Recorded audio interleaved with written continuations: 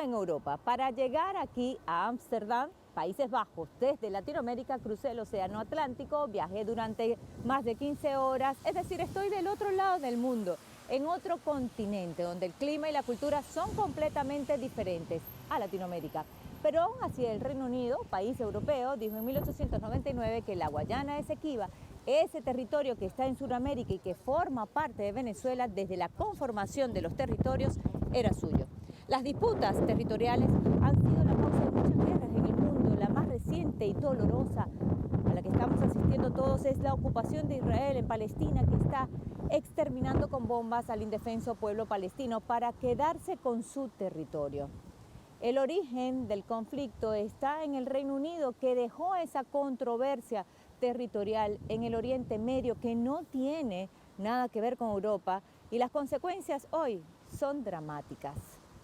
En Latinoamérica, ese mismo imperio, la corona británica, dejó sembrada otra controversia territorial. Se trata de la Guayana Esequiba, un territorio al nororiente de Venezuela, de casi 160.000 kilómetros cuadrados, que hace frontera con la República Cooperativa de Guyana, ex colonia británica, que al independizarse del Reino Unido heredó la controversia que debe solucionar con diálogo y diplomacia a través de un acuerdo que se conoce como el Acuerdo de Ginebra, firmado en 1966 y que hoy Guyana decidió violarlo luego que la transnacional petrolera estadounidense ExxonMobil descubriera un importante yacimiento petrolero en el año 2015.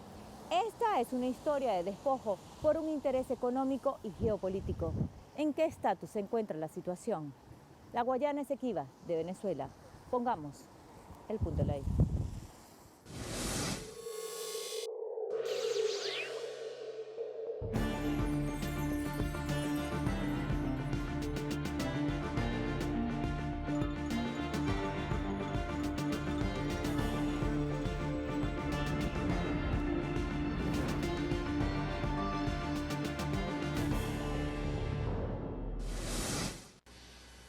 La historia de nuestra Guayana Esequiba es un proceso complejo que abarca varios siglos.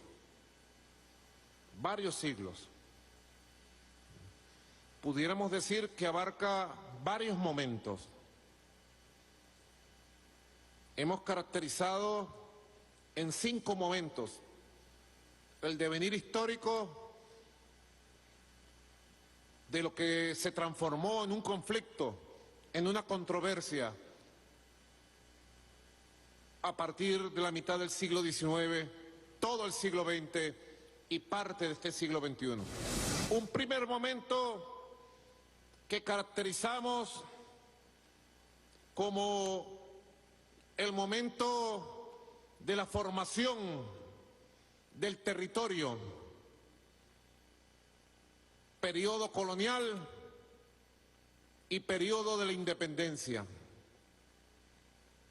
Nos atrevemos a proponer que este primer momento histórico lo señalemos entre los años 1492, año de la llegada a nuestras tierras americanas del colonialismo europeo, hasta 1840, ya a tiempo de haberse conformado el territorio de lo que es nuestra amada Venezuela. Un segundo momento histórico que lo ubicamos entre los años 1840 y 1899 y lo denominamos el periodo de la agresión imperial, el despojo y el fraude arbitral. Un tercer momento histórico que lo ubicamos ya en el siglo XX, entre el año 1900 a 1966, y lo caracterizamos como la diplomacia imperial de las cañoneras, la diplomacia imperial de las cañoneras, la denuncia del fraude y el Acuerdo de Ginebra. Un cuarto momento de suma importancia porque tiene que ver con la asunción de la aplicación del Acuerdo de Ginebra, el surgimiento del Estado de la República Cooperativa de Guyana, la reserva hecha por el Estado venezolano al reconocer el Estado que surgía de la Guyana británica, y tiene que ver con la aplicación práctica con las distintas opciones que ventila el Acuerdo de Ginebra y la Carta de Naciones Unidas del Acuerdo de Ginebra, y caracterizamos este periodo de 1966 al año 2015. 1966-2015. Acuerdo de Ginebra y búsqueda de una solución práctica y satisfactoria para las partes. Y un quinto periodo, que lo caracterizamos del año 2015, donde Guyana asume una posición beligerante de odio contra la República Bolivariana de Venezuela, donde Guyana hace pactos con la ExxonMobil, con el Comando Sur de los Estados Unidos, y donde Guyana, de manera ilegal, violando el derecho internacional e inmoral, patea el Acuerdo de Ginebra.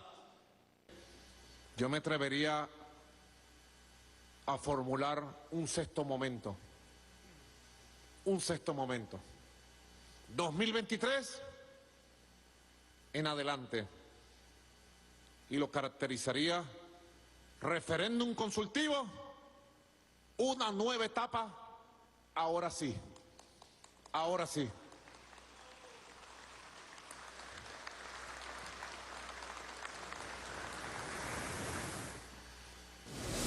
...531 años de la historia de Venezuela resumidos en 6 momentos que explican el contexto del despojo del Reino Unido.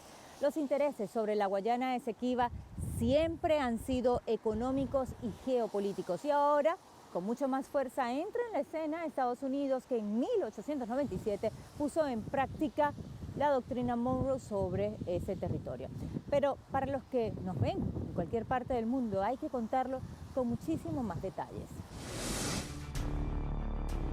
El Tratado de Washington del 2 de febrero de 1897 se efectuó por la presión de Estados Unidos sobre los británicos, que no querían ningún tipo de arbitraje, sino el uso de la fuerza. En ese momento, el Imperio norteamericano pactó con los británicos a evitar un conflicto bélico usando una artimaña diplomática, y el Estado venezolano, bajo presiones de una crisis interna, se apega a esa presunta solución. Los poderes angloamericanos se complotaron por detrás de Venezuela y determinaron que nunca iban a entregarle a los sudamericanos el territorio ocupado. Es por eso que los norteamericanos redactaron el Tratado de 1897, donde se violaron todos los títulos de Venezuela y respetando las herencias coloniales de posesión de las tierras y las diferentes cartas magnas creadas durante la independencia. En dicho tratado, todos esos títulos fueron destruidos según la cláusula de facto.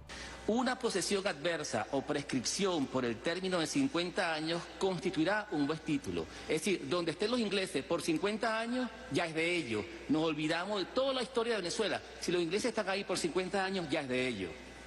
Los árbitros podrán estimar que la dominación política exclusiva de un distrito, es decir, si tienen policías en ese distrito, por ejemplo, así como la efectiva colonización, si hay mineros en ese distrito, son suficientes para constituir una posesión adversa o crear título de prescripción. Es decir, los británicos lo que decían, donde tenemos policía, donde tenemos minas de oro, donde nosotros hemos estado por 50 años, es nuestro, no importa los títulos de Venezuela, no importa lo que diga Venezuela. Pero más adelante dice, aunque el título y la propiedad sea de Venezuela, si hay población británica ahí, se la pueden entregar.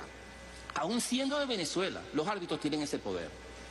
Pero peor aún, el Tratado de 1850 que dijo el presidente, que era lo que los venezolanos pensaban que era su salvación, porque de ahí en adelante toda ocupación británica era ilegal, no, tenían que retirarse, acordaron los americanos y los británicos que no se iba a considerar en el tribunal, no se va a tomar en cuenta, y eso los venezolanos no lo sabían. 2 años después, en 1899, se reúne el tribunal y cuando Venezuela expone la validez del tratado de 1850, los británicos no lo reconocieron, ya que el secretario de Estado de los Estados Unidos, Richard Olney, arbitrariamente lo invalidó. Posteriormente, Olney le informó a los británicos, por medio de una carta, que no le preguntaran sobre el tema porque, si él respondía, los venezolanos se iban a dar cuenta del engaño. Pero al final llegaron a un acuerdo político y todos estos títulos, todo esto que estamos diciendo, lo ignoraron. Y simplemente dijeron, el oro es donde están, el oro es para los ingleses. Y las bocas del Orinoco se las vamos a salvar porque los americanos las quieren. Eso fue lo que pasó. Entonces, eso no fue un tribunal de derecho, eso fue un tribunal de abuso de poder, de engaño, de fraude, y ese es el que quieren que nosotros les conozcamos hoy. Por eso nosotros decimos no. Es por eso que el actual gobierno de Venezuela no reconoce el laudo arbitral de París de 1899, debido a que sí despojó a la nación del 90% del territorio de la Guayana Esequiba, al no reconocerse sus títulos y sus derechos históricos en el Esequibo, pues con todas estas pruebas se determinó que el laudo fue fraudulento e írrito por violar el derecho internacional. De forma ilegal, explotando el oro, la corona británica se pone como objetivo apropiarse de ese territorio, un territorio que nunca le perteneció, nunca, porque incluso cuando se da el Tratado de Tordesillas entre Portugal y España, España se queda con ese territorio. En la línea que se fija en ese tratado está el territorio. Así que cuando tú te das cuenta cómo se da el proceso de apropiación indebida de ese territorio, es muy claro, es muy evidente que ese territorio le fue robado a Venezuela. Y luego, bueno, voy a tratar de sintetizar décadas, siglos de historia, luego les he entregado a Guyana, en su momento de independencia. Guyana hereda ese territorio, pero lo hereda de una manera ilícita, es heredar algo que ha sido robado.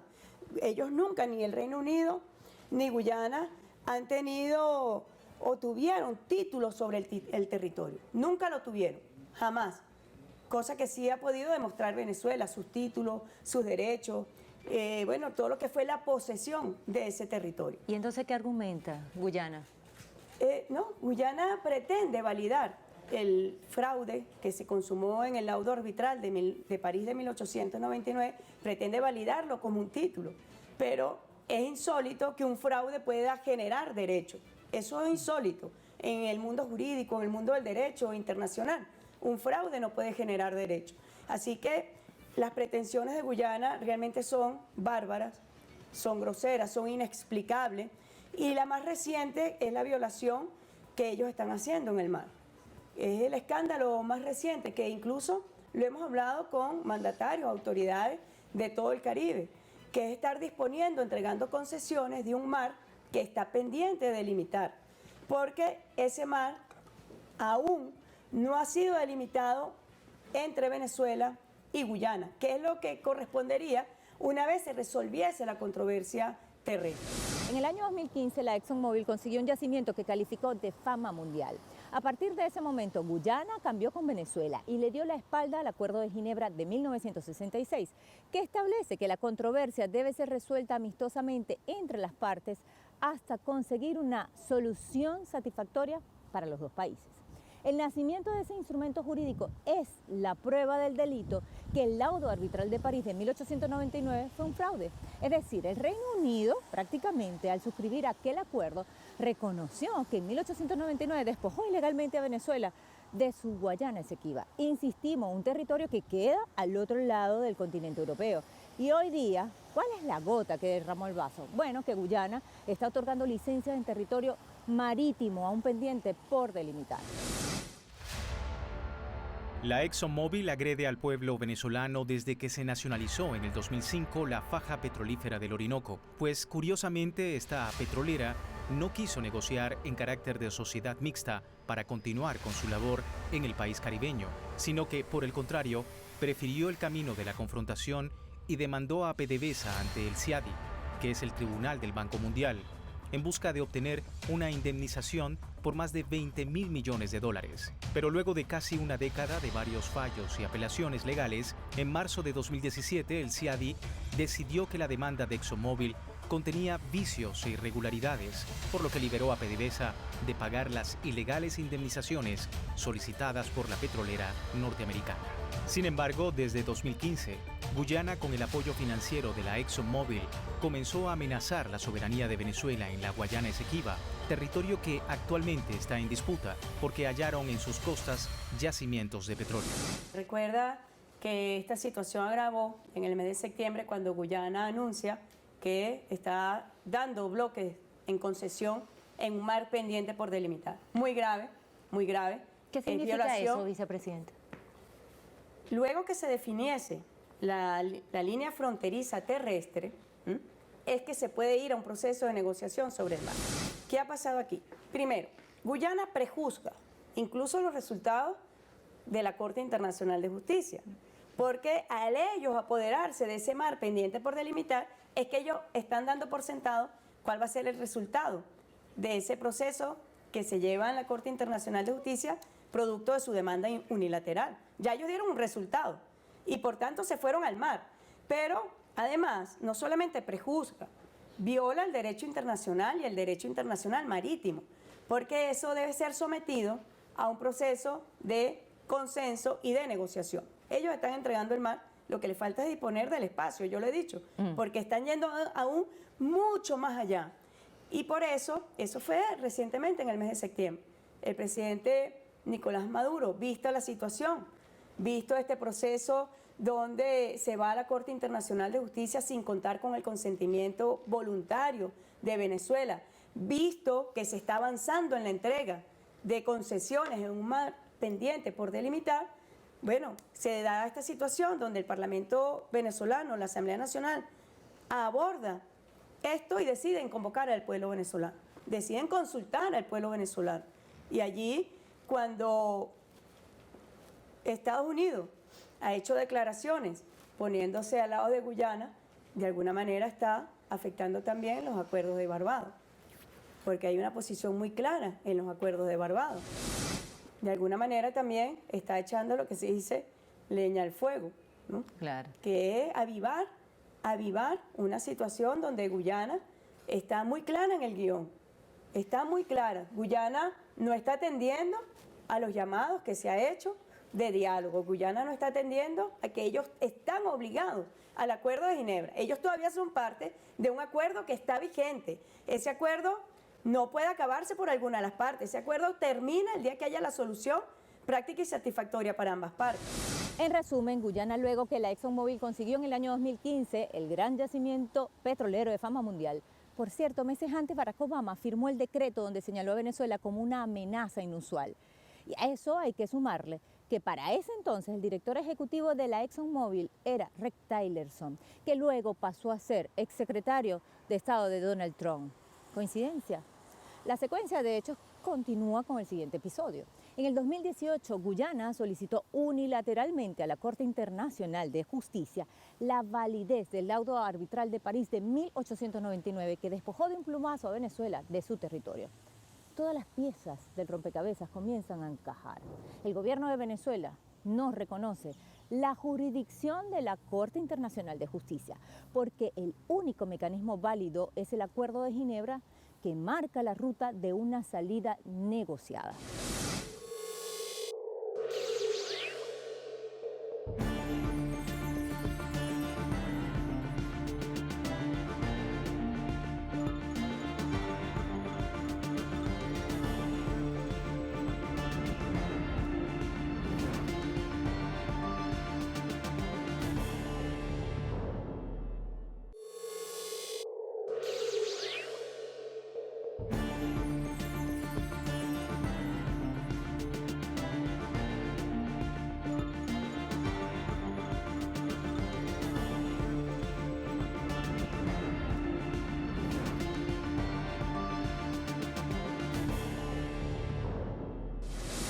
Detrás de mí, la Corte Internacional de Justicia. El gobierno de Venezuela ha denunciado que la ExxonMobil financia el juicio de Guyana ante esta instancia. Y no solo lo dijo Venezuela, este dato lo reveló el propio agente de la República de Guyana, que habló en principio de 3.7 millones de dólares de gastos solo en honorarios profesionales. Y detrás, todo un escándalo de corrupción. Según el politólogo William Serafino, Guyana está actuando como un estado satélite de los intereses transnacionales que tradicionalmente han financiado y han movido los hilos de los gobiernos de Estados Unidos. Según Open Secrets, organización sin fines de lucro con sede en Washington, D.C., que rastrea datos sobre financiamiento de campañas y lobbies, informó que la ExxonMobil invirtió recursos financieros a una veintena de políticos en los Estados Unidos, de los cuales se encuentra Donald Trump. Es por eso que durante el año 2017 y 2018 designó como su secretario de Estado al expresidente de la ExxonMobil, Rex Tillerson. No es casualidad que en su administración se profundizaran las sanciones contra Venezuela. No obstante, hay más que la disputa del poder político a través de la injerencia en asuntos internos. También en la organización de una nueva geografía financiera y energética a escala continental, enmarcada en una elevada pugna geopolítica, pues para la ExxonMobil, la debilidad de Venezuela es fundamental para que se distancie de Rusia y China y así poder tomar el control en la región, procurando la mayor cantidad de recursos naturales y energéticos del planeta. Guyana está abiertamente trabajando para las transnacionales. No para el Caribe. No para el Caribe. Yo quisiera ver que el presidente de Guyana diseñara un programa similar a Petrocaribe. Eso le iba a preguntar, ¿será que ahí ¿Por qué podría no lo ha salir hecho? eso? Yo lo he preguntado. Si tú recuerdas, Madeleine, en la cumbre de CELAC, Unión Europea, en Bruselas, nosotros lo señalamos en nuestra intervención. Quisiera ver de los que están allí quién está dispuesto a diseñar un programa como Petrocaribe, que beneficie a los pueblos de nuestra región, porque nosotros tenemos el derecho de crecer como región, a desarrollar nuestras grandes potencialidades como América Latina y el Caribe. Esta es una región llamada a ser una gran potencia, pero la postura de Guyana, que se victimiza, es no, nuestros recursos son para las transnacionales, ni siquiera para su propio pueblo. Mira, hay un dato muy importante, Luis Guillermo. Búsquense el informe que presenta Guyana en el año 2015 en la Organización Mundial del Comercio. Allí Guyana, que tumba todos estos argumentos de que Venezuela impide su derecho al desarrollo, que Venezuela es imperialista, que por qué Venezuela, si ya tiene recursos, se lo quiere quitar a ellos. Unas barbaridades que han expresado. Pero allí, en ese informe, ellos asientan el impacto positivo que tuvo Petrocaribe en Guyana. Porque recordemos que Guyana también se benefició de Petrocaribe. En una política integral muy importante, muy idónea del comandante Chávez, de sumar cooperación para el desarrollo, sumar cooperación para el desarrollo. Pero Chávez fue muy firme en la defensa de esta controversia, de nuestros derechos sobre la Guayana Esequiba. Y Chávez fue muy firme diciendo, ahí está el Acuerdo de Ginebra, pero al mismo tiempo sumó este programa.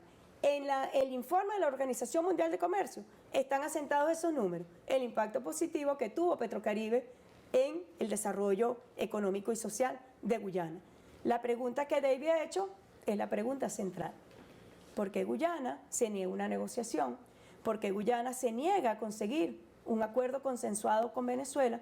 Un acuerdo que, como tú bien acabas de decir, por ejemplo, ahorita que se firmó con Trinidad y Tobago, país hermano, vecino, la explotación del campo de gas Dragón, porque en este caso no podemos llegar a acuerdos similares que impacten positivamente en el Caribe y por el contrario se va con sus amigos imperiales, se va a beneficiar a las grandes transnacionales y no a su pueblo. En toda esta historia hay un dato de relevancia. Venezuela reconoció la independencia de Guyana y votó a favor de su ingreso en la ONU. Pero de ningún modo esto significó que reconociera el laudo arbitral de París de 1899. Textualmente dejó una reserva que dice: Venezuela deja constancia formal que su voto afirmativo para que Guyana ingrese a la ONU no implica de manera alguna renuncia a sus derechos de soberanía sobre el territorio situado a la margen izquierda del Esequibo. Ellos quisieron recrear las mismas condiciones de 1899 y pretendieron entonces ahora, como yo he dicho, validar como un título de posesión de ese territorio, porque ellos tienen una posesión precaria de ese territorio, pretendieron validar un título dándoselo a un fraude. Eso es absolutamente nulo, no existe. El fraude no puede tener efectos jurídicos sobre ninguna situación planteada, y muchísimo menos sobre esto. Y por eso existe además el Acuerdo de Ginebra de 1966, porque se asumió que había un reclamo sobre eso. Si no se hubiese asumido que había un problema con ese fraude, que ese laudo había sido producto de una conchupancia política entre los Estados Unidos y el Reino Unido, no existiría el Acuerdo de Ginebra, al cual ellos pretenden matar, asesinar. Pero el Acuerdo de Ginebra dice que su vigencia es hasta que exista una solución práctica y satisfactoria para ambas partes sobre esa controversia territorial. En vista de las últimas agresiones del mes de septiembre de este año 2023 del gobierno de Guyana con la ExxonMobil en contra de Venezuela, en un hecho sin precedentes, el gobierno venezolano convocó para el 3 de diciembre un referéndum donde se le consultará al pueblo venezolano sobre 5 preguntas en defensa de la Guayana Esequiba.